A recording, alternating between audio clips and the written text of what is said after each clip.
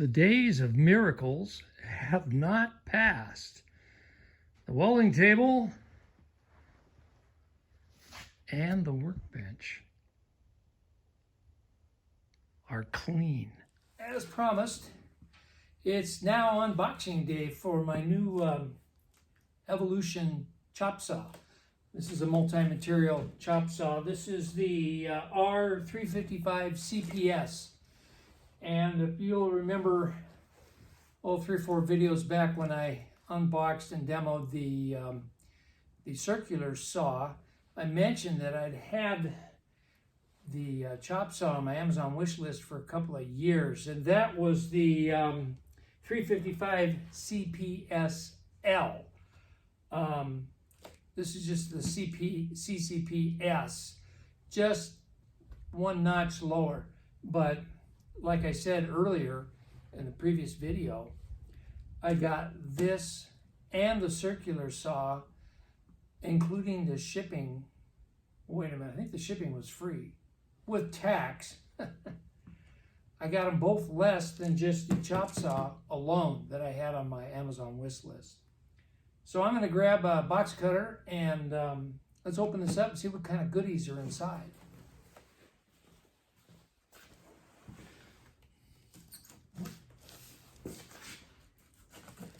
I love unboxing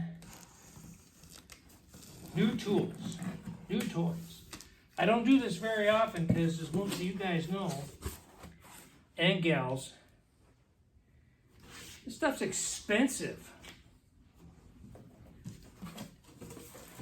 We don't always have the luxury of buying new stuff.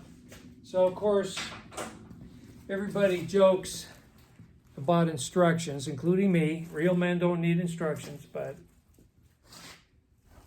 read them. Do what the manufacturer recommends. Right off the bat, we've got this accessory bracket. And this clips into the saw jaws so you can do shapes, round shapes, angle iron, that kind of thing. Really cool little addition to the saw vise. Okay. Obligatory styrofoam.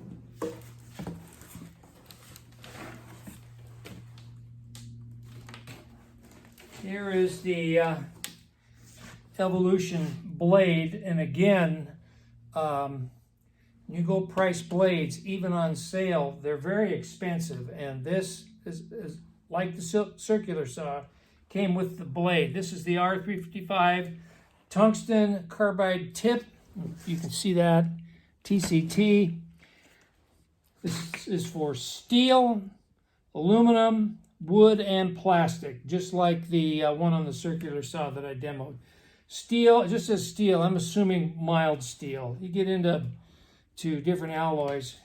I don't think they would recommend doing this on harder alloys or tougher alloys, but hey, you get at least 4 different mediums you can cut with this blade, so yeah.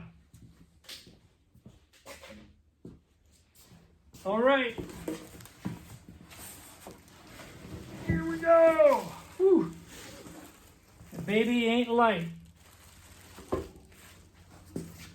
See if we got any other toys hiding in here.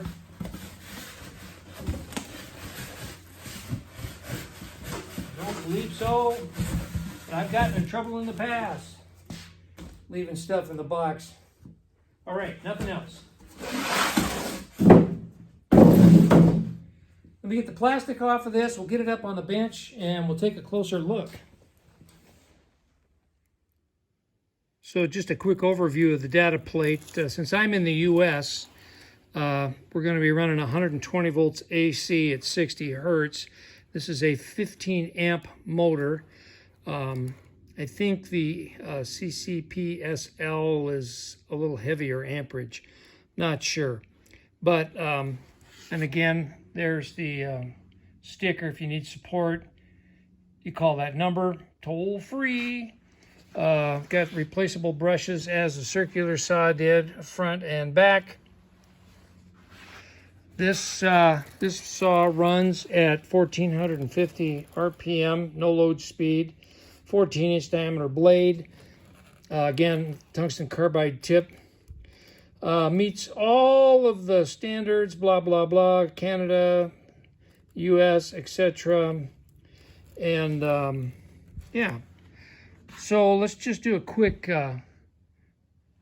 overview here before I get into the instructions. This is the lock that holds the saw in the down position. You just pull that out, and then the saw comes up like so. Look at the spring on that thing. That's got to be at least 5/16 of an inch in diameter. And the three-leg hand wheel for the screw on the saw vise is cast aluminum. We got rubber feet on all four corners. There's a handy spot for the hex key for changing the blade. It resides in a rubber grommet here. The handle, again, a nice heavy-duty ergonomic handle. All this stuff, blade guard, etc., is all cast aluminum, including the carry handle. Look at the trigger on this thing. I mean, man, oh man. And it's got a flip paddle switch on it, a safety paddle switch. So you just flip that to the left, pull the trigger, and you're on. So, very nice. Let me just dive right into the book, and we'll start going over some other stuff here. As mentioned, the blade guards are cast aluminum, and this is the upper blade guard, and then the spark shield on the back. The lower blade guard is here with a heavy wound spring, so as you're bringing the saw down to cut through material, there's a foot here that rides on the saw bed and will open up the blade guard as the blade comes down. And nice and smooth action there. We've got, let's see, a swiveling vice jaw right here.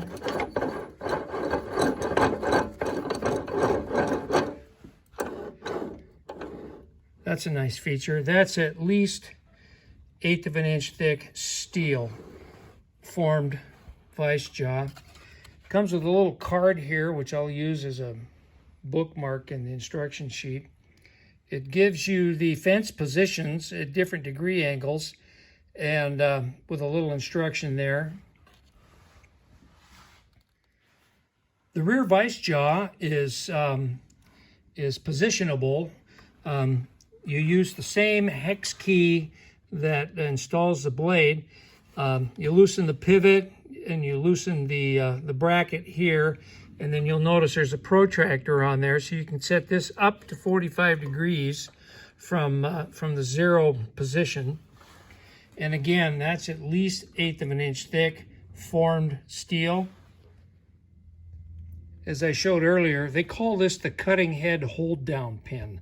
So when you put the saw in the rest position, if you don't want it sitting up, you just bring it down and shove that hold down pin in, locks the saw in the down position.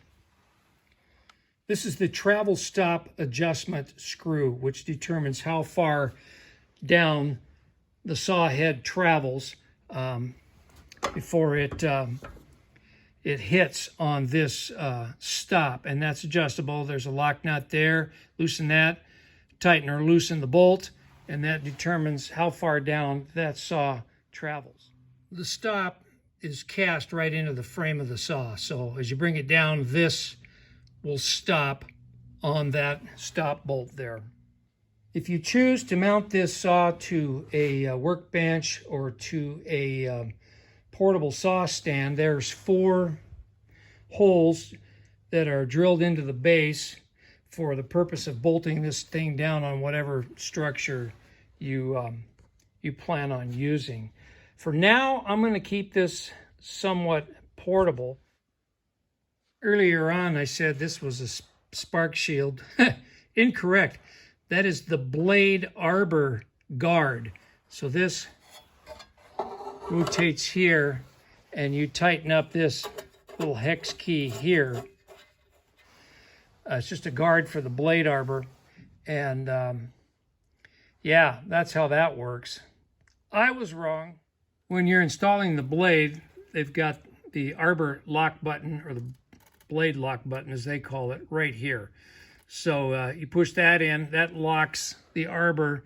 So when you got the blade in there or taking the blade off, you put some tension on that hex key, it will hold everything in place and not spin around on you. And lastly, they've got a nice ergonomic carry handle here, so you can pack this thing around and put it in the back of the truck or whatever, and get it all set up for whatever operation you're going to do. So I guess now we should put a blade on this thing, try it out on a piece of steel. Before I forget, I am not sponsored by Evolution Power Tools. This is not a paid promotion, as I mentioned in the previous video on the circular saw. I bought this saw with my own money. I'll get the hex key out here, and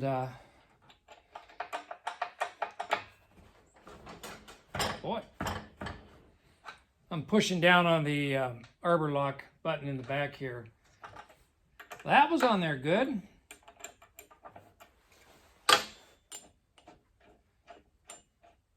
That's at least a 3/8. Don't drop it. That's at least a 3/8 screw there. And with a heavy formed washer. The outer blade flange is machined with flats, as you can see, which rides on the arbor shaft, which is also machined with flats. I like that, you know, there's no slipping of anything. It's positively locked. And then, of course, your inner blade flange, same thing, machined with flats. All right, I am going to extract that blade from its plastic packaging, and we'll get it installed here. Before I get too carried away, this is the spark and debris shield.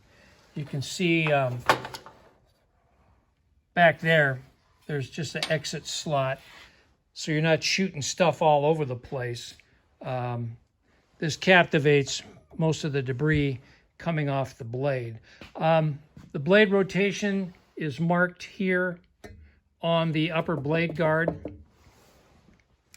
The corresponding mark on the blade, so it's pretty hard to get this blade on backwards unless you're just not paying attention. Evolution recommends that you wear gloves when handling the blade. That's probably a good idea,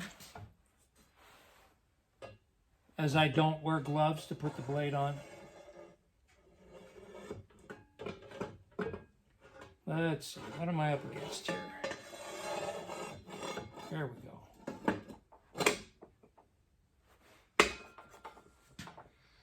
Okay, that's seated against the inner blade flange. I'm going to put on the outer blade flange. That's seated nicely. And then I'm going to install the blade mounting screw with a washer. Okay, I'll let that blade guard down, lower blade guard. I'm going to push the arbor lock button in the back. And again, very positive lock there. Tighten this up. Evolution recommends you run the saw for a few seconds with no load on it, just to make sure everything is seated properly. All right, I'm going to spin this out a little bit. I really like this this auxiliary shape bracket here. Let me get you in for a closer look at that. All right, let's rotate this direction. You can see the ears formed on this bracket, and they slide. Get in frame. They slide right over the swivel jaw vise, just like that. There's no locking device. They just sit there. But I really like that. I like that feature. That's a really great idea. So you really get a positive lock on your shapes.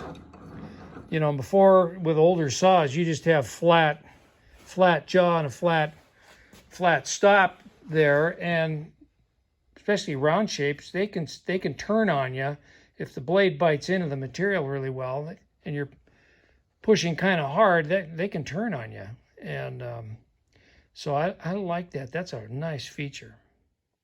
Let's talk about this card for a second here, if it'll stay focused. You see, there's 3 fence positions, 1, 2, and 3, and there's the holes. You pull your backstop out with the protractor.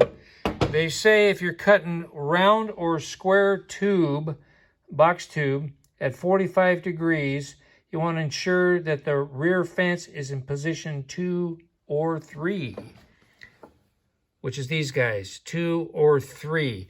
When you're at a 45 degree angle and you're in position 1, when you bring the blade down, it's pretty much centered in the slot cut in the base, and you won't cut the back side of your material at 45 degrees. You're too, the blade won't come down far enough to cut it. So by moving the backstop forward to position 2 or 3, when you bring that blade down, hang on a second. Terrible camera work.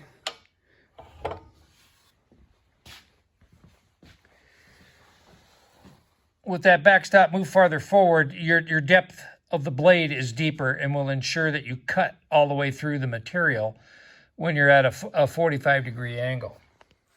So Evolution recommends that you run the saw for just a short bit without any load on it, just to make sure that the blade and everything is seated properly and there's no issues. So noise alert.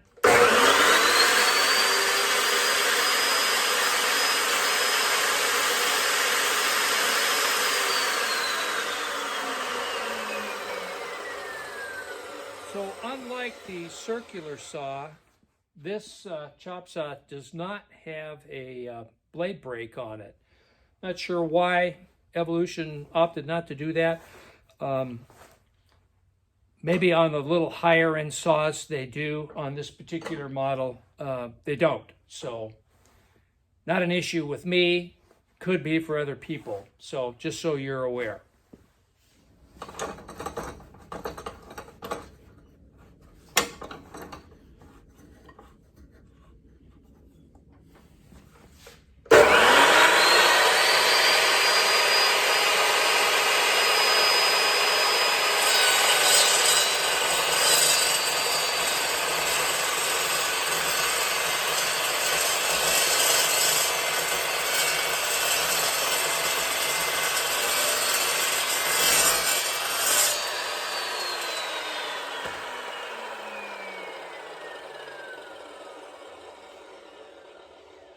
Cool to the touch, very little burr, nice clean cut.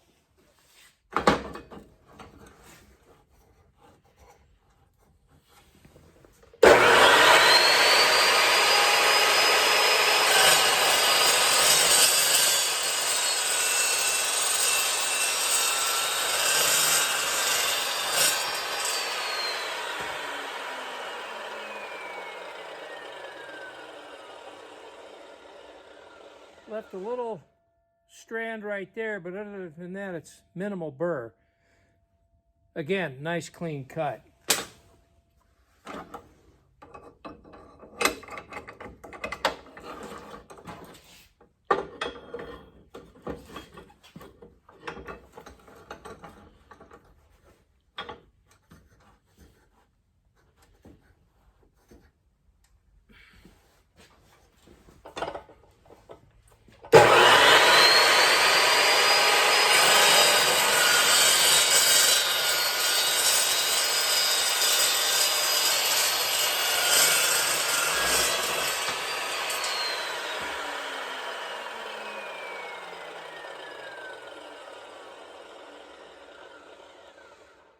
Again, just a minor burr there where it didn't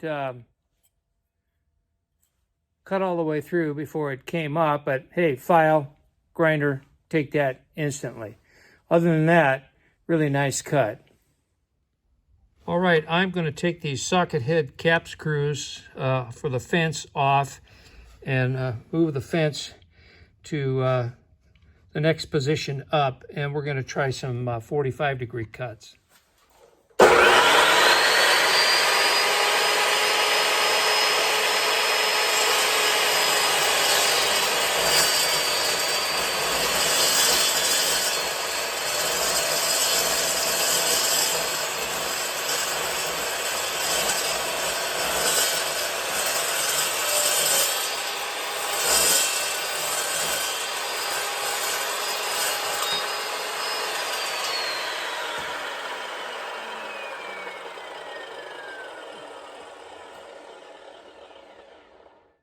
Check that out.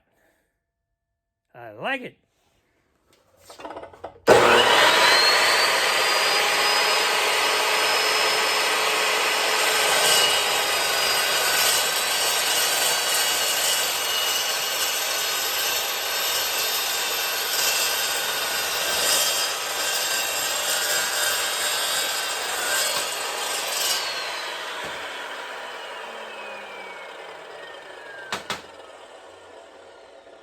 Again, cool to the touch, very little burr, just a little hang up right there.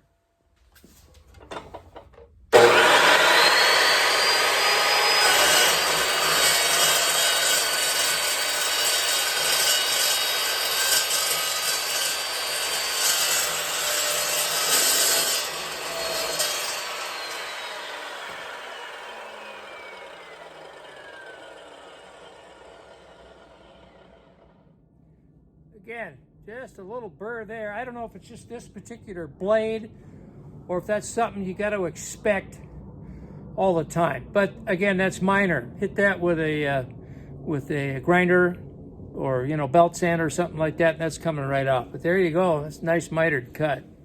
As mentioned earlier, the swivel vice jaw and the fence are both 5/32 1-inch thick steel, 4mm. My only concern here is watch really close, especially with the pipe at 45 degrees. When you tighten down the screw, look at that fence lift up off the bed. There is some flex. I think that can be countered with some you know, supporting fixtures, things like that. But that is somewhat of a concern. Not a huge concern, like I say, if you're into metal fab and stuff like that, you can come up with some type of angle stiffener to just slide. Sorry, stay in frame. Some kind of angle stiffener to just slide over this, you know, with legs out on each side to help that. Yeah. Same thing with the swivel jaw. It tends to pitch forward as you're clamping down on your stock. Again, minor. I mean, I wiggled all of those once I had them in there, and they were anchored solidly. So yeah. I did have to move the fence all the way into the forward position, number 3, to ensure that when the blade came down, the back side of the blade went all the way through the material. There's the debris field. See all the stock? There are chips. This will throw chips. So be prepared for cleanup. And as you're setting up to do your cuts, you'll want to do all your straight cuts first before you get into the angled stuff. I think, again, I'm nitpicking a little bit. The hex key for loosening the socket head cap screws for the fence, I think that would be nicer if that was a T-handle. Again, minor, but that would be my preference. Because you do, especially on the pivot, when you're loosening the pivot there, you are in close proximity to the lower blade guard, which gets in the way of your hand. But again, minor, you can get around it. Yeah. The big takeaway for me, actually there's several. Number one, this is much faster than my old well-built bandsaw. Good bandsaw, does a beautiful job, but it's slow. Number two, little to no vibration at the handle at all, which is a big deal for me because, as I mentioned, in the video for the circular saw,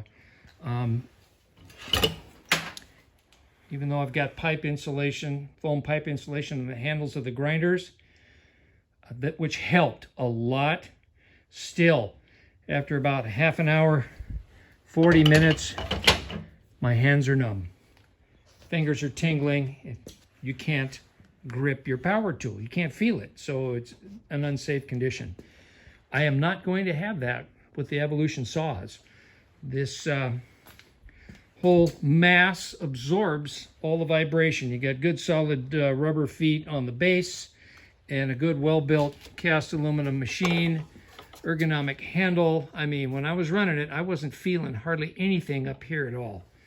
And lastly, yeah, you get a lot of chips. Hey, you're cutting metal, all right?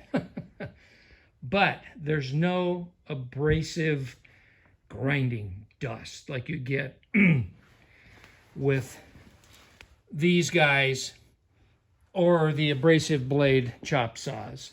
Now, there's still a place for those because this is for mild steel, not hardened steel, and other tougher, hard alloys. The tungsten carbide steel blade is not recommended for those. You'll go through it really fast, and as expensive as they are, you don't want to use it for the hardened stuff. So yeah, if you still got the old abrasive chop saw, keep it around for doing the hardened stuff, truck springs, truck axles, that kind of thing. But for everything else, this is the ticket. Finally, the blade. In my research, as far as comparing these to the abrasive blades, you're looking at 20 to 50 abrasive blades to one of these. So yeah, even if you get them on sale, these are pricey, but when you consider what you're paying for the abrasive blades, and you can get 20 times to 50 times the use out of one of these as opposed to the abrasive blades. I mean, 20 abrasive blades, price those. You're going to use 20 of those before you'll use up one of these. You can do the math. So yeah, definitely a value.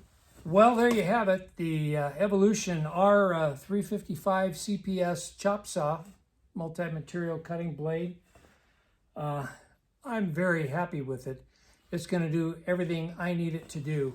And again, I'm not sponsored. I bought this with my own money to solve an issue, which I've already explained. So, yeah, it's a cutting machine. There's some chips, sure, but you got to expect that. So I got to clean this mess up afterwards. But yeah, this is going to work out really well. I recommend this saw.